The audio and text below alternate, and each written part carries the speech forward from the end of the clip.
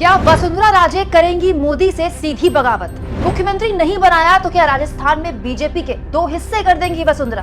दोस्तों, मेरा नाम है कुमकुम बिनवाल। ये सिर्फ अब अटकलबाजी नहीं, बहुत सारे लोग अब खुले तौर पर सोशल मीडिया में ये बात बोल रहे हैं कि वसुंधरा राजे सिंधिया किसी भी हाल में एन वक्त तक सरेंडर करने के तैयार नहीं है।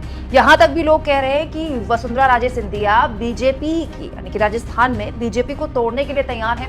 संपर्क में तो उनके विधायक पहले से ही बहुत सारे हैं, करीब कुछ बताते हैं कि 27 विधायक उनके संपर्क में हैं, कुछ लोग बताते हैं 30 के करीब विधायक संपर्क में हैं। और अब तो खबरें ये भी तैरने लगी हैं कि वसुंधरा राजे सिंधिया की अशोक गहलोत से बातचीत हुई और हो सकता है कि वसुंधरा अपनी पार्टी तोड़कर कांग्रेस के साथ मिलकर सरकार बना दे, सरकार बनाने का दावा पेश कर दे, क्योंकि सबसे ज्यादा विधायक उनके पास होंगे ऐसी स्थिति में।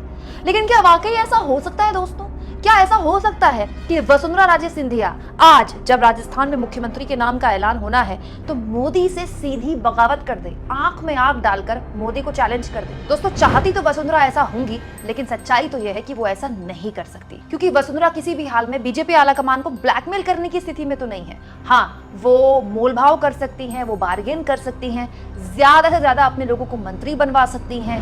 ये बात सही है दोस्तों कि वसुंधरा के पास ये मुख्यमंत्री बनने का आखिरी मौका है, लेकिन वसुंधरा ये भी जानती है कि कैसे शिवराज सिंह चौहान को उनके सामने साइडलाइन करके एक ऐसे शख्स को मुख्यमंत्री बनाया गया जो शायद खुद भी 3-4 दिन पहले न जानते हो कि वो मुख्यमंत्री बन सकते हैं। उन्होंने खुद भी कभी उम्मीद नहीं की होगी अपने लिए।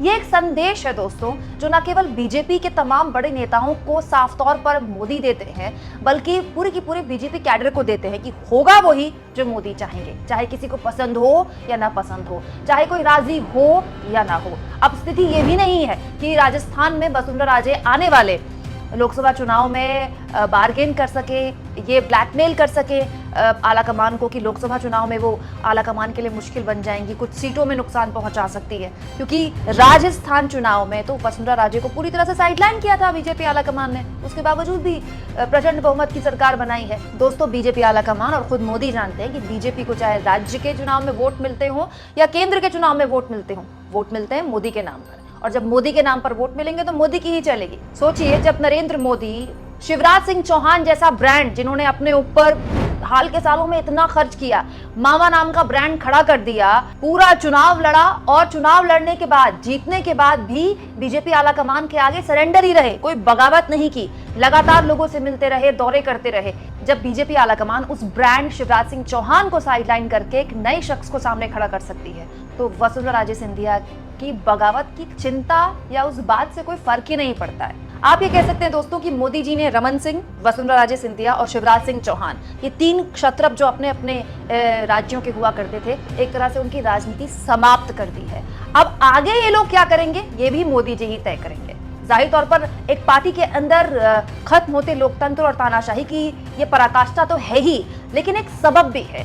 सबब उन राजनीतिक दलों के लिए जो मोदी से या बीजेपी से टक्कर लेना चाहते हैं, जो 2024 में बड़ी ख्वाहिश पाले बैठे हैं। ये बहुत जरूरी है कि ना केवल इंडिया गठबंधन बल्कि खुद कांग्रेस पार्टी ये समझे, ये जाने कि वो लड़ किससे रहे हैं, वो जीतना किसके खिलाफ चाहते हैं। जहां लगातार 3 राज्य जीतने के बाद बीजेपी ने अपने स्लीव्स ऊपर कर लिए हैं तेलंगाना के लिए। तेलंगाना में वो जोर लगाना शुरू कर चुके हैं, वो इस बात पर मंथन करना शुरू कर चुके हैं कि पार्टी वहां क्यों हारी। कांग्रेस की स्थिति यह है दोस्तों कि 4 में से 3 राज्यों में इतनी बुरी तरह से हारने के बाद भी अभी तक लोकसभा चुनाव सामने है। महाराष्ट्र, आंध्र प्रदेश, तमिलनाडु, उत्तर प्रदेश के पास प्रभारी तक नहीं है, मध्य प्रदेश और दिल्ली के पास अतिरिक्त प्रभारी है, और तो और कांग्रेस अध्यक्ष मल्लिकार्जुन खड़गे के पास अपनी टीम तक नहीं है। उनको कांग्रेस अध्यक्ष बने सोचिए कितना लंबा वक्त हो गया है। अब वक्त आ गया कि कांग्रेस पार्टी और विपक्षी नेता भी सोचें, क्या ऐसे वो मोदी से लड़ पाएंगे जब उनसे उनकी पार्टी के अंदर के ताकतवर नेता नहीं लड़ पा रहे हैं? आप इस मुद्दे पर क्या सोचते हैं दोस्तों? कमेंट बॉक्स में जरूर लिखें, और जितना हो सके चैनल को शेयर करें, सब्सक्राइब करें, और थैंक्स फॉर ज्वाइन, ये 2 ऑप्शन है जिसके जरिए अगर आप चाहें तो आर्थिक मदद भी कर सकते हैं चैनल की।